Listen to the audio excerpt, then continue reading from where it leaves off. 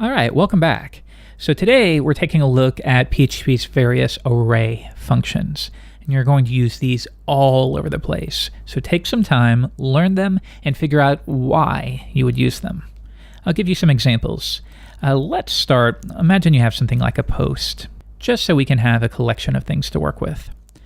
And we'll say a post, we'll keep it very, very simple.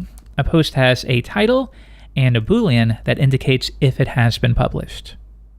Okay, so we will accept that, title, published, and then we will assign these. Like so. Okay, next we're going to set up a collection of posts. So I can say post equals a new array, and then we'll fill that up with various posts. Like my first post is published, and then duplicate that, how about a total of 4 times? My second, my third, and my fourth. And we'll say the fourth one has not been published yet, so I will set that to false. So now if we var dump our posts and we take a look at this in the browser, let me quickly boot up a server. By the way, we could also do this directly from the terminal. So you could say php index.php and we can get the output. Or you can boot up a server and now we can see them here. And in this case, by the way, I have a couple extensions installed. One called JSON Formatter for formatting JSON, which is a data type. And then another one called var masterpiece.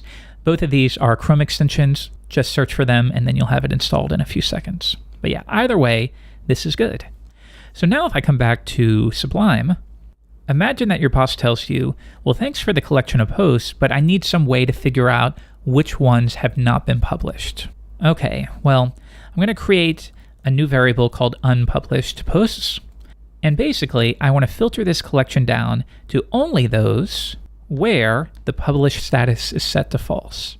Okay, so filter is our keyword there. Now, PHP has a bunch of array underscore functions. And in fact, you'll see with autocomplete, there's a bunch here. In reality, you're probably going to use about 5 to 10, but it's fun to look around. So in our case, yeah, we want array filter. It'll accept our input, and then it's going to accept a closure that determines how we filter the current item. Okay, so here's how it works. You feed array filter your array of posts. It's then going to filter through them. So for each one, it's going to trigger this function right here and then pass through the current post. So on the very first iteration, the post variable will be equal to this. On the second iteration, this. On the third, on the fourth. So now all we have to do is return a Boolean that indicates if we want this object or item to be included in the result set. Think of it literally like a filter. That's what we're doing. So I want to include the post just as long as its published status is equal to false. So we can write it like this, or if you remove it entirely, then its value will be returned. So in this case, true will be returned, and then true, and then false. But if you think about it, that's not quite what we want. Let's var dump unpublished posts.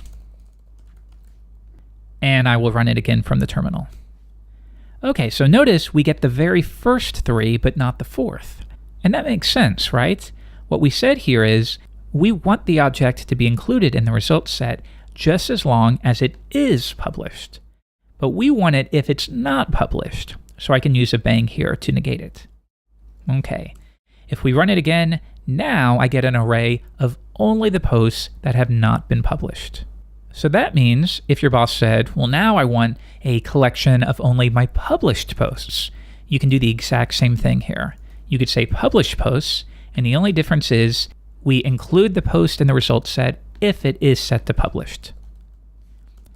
Okay, so if we run this one, we'll get an array of 3 items, but not the unpublished one. So that's array filter. It allows you to filter down an array of items or objects or anything. So what about another one? How about array map? This is one of my favorites.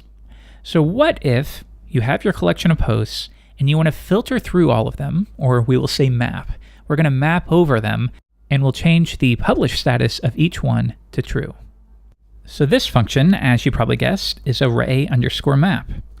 But now I'm going to show you one thing that sucks about PHP. From time to time, just the way it was built up, it can be a little inconsistent. So take a look. With array filter, you give your array of items and then a closure, right? For array map, though, you give it a closure and then the array of items. So they're reversed, and then this can be kind of annoying. In reality, you will probably end up using, especially once you get into the industry a bit more, you're probably going to be using wrappers around these functions, and we call those collection classes. So those collection classes kind of encapsulate or isolate the inconsistencies that PHP offers. But still, nonetheless, it's kind of annoying.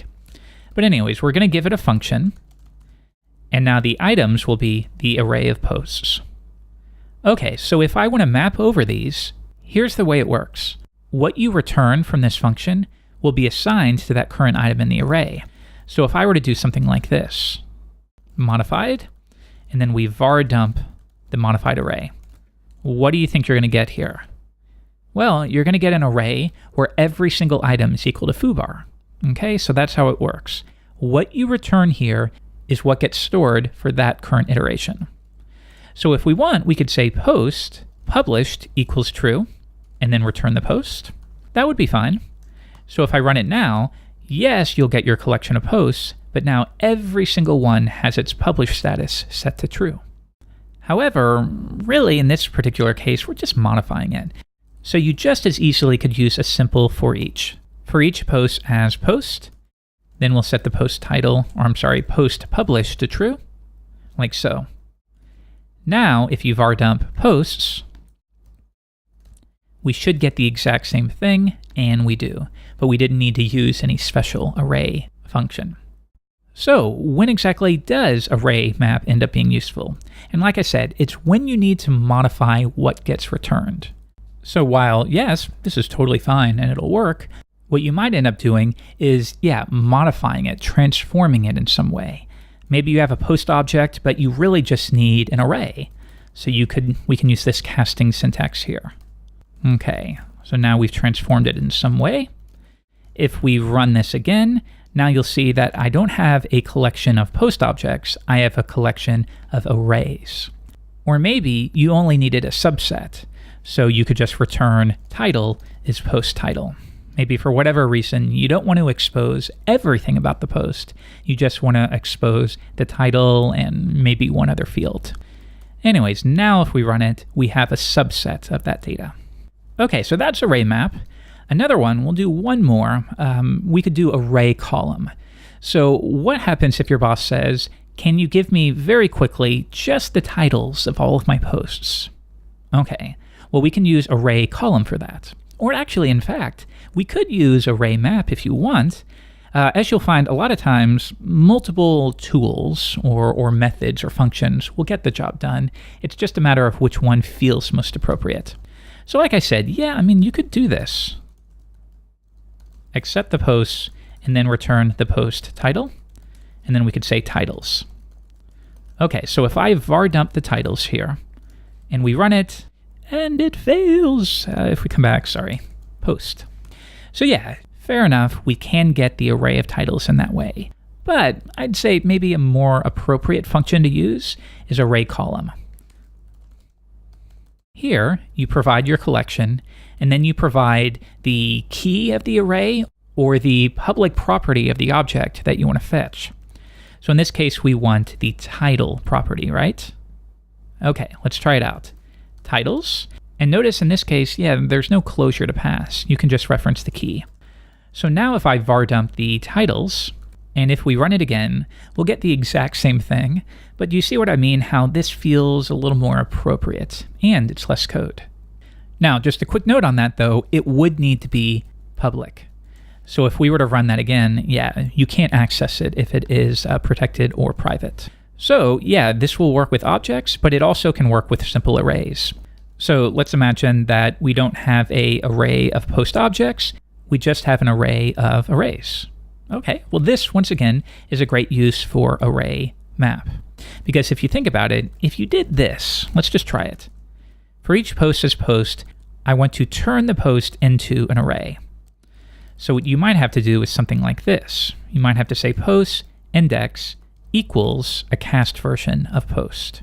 So now if we were to take a look at this and run it, yes, that did work. We got an array of arrays.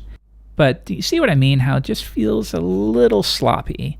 It'll do the job, and it's fine, but I'd rather use array map. So we'll say posts. We're going to map over it, accept the collection, and then just return a array version of the post. So now I'm going to get the exact same thing, and this feels like a better choice to me. Anyways, we could then use array column on this. So I want to grab the title for each post and save it into this titles variable. Now if we run it, we're going to get the exact same thing. And this is just to show you that in the top example, which I guess I've now deleted, we were fetching a public property called title. But now in this example, we're fetching the key called title. So if we take a look at our modified array real quick, yeah, up here, we're fetching the title key. So if you instead wanted, for example, the author, maybe we'll add that, public author, like so, and then assign it. Okay, so now we'll just use initials here. Mine, somebody else, and then another person. Okay, so if we now just want an array of the authors, we could say array column posts, and then give me the author. Okay, if I've already dumped that, we now have, right up here by the way, we're getting the old posts. Anyways, we now have an array of all of the authors. But here's one last cool thing you could do. You can set the third argument to what you want to be used as the key. So if I said we want to use the title of the post as the key for the array, then we could do that. So now you'll see that the key is equal to the post. So that's kind of fun to know. Okay, so I think that'll do it for this episode. So you got your first dose of working with array functions. Specifically, array filter allows you to filter down a collection and then return a Boolean to indicate if that item gets included in the result set.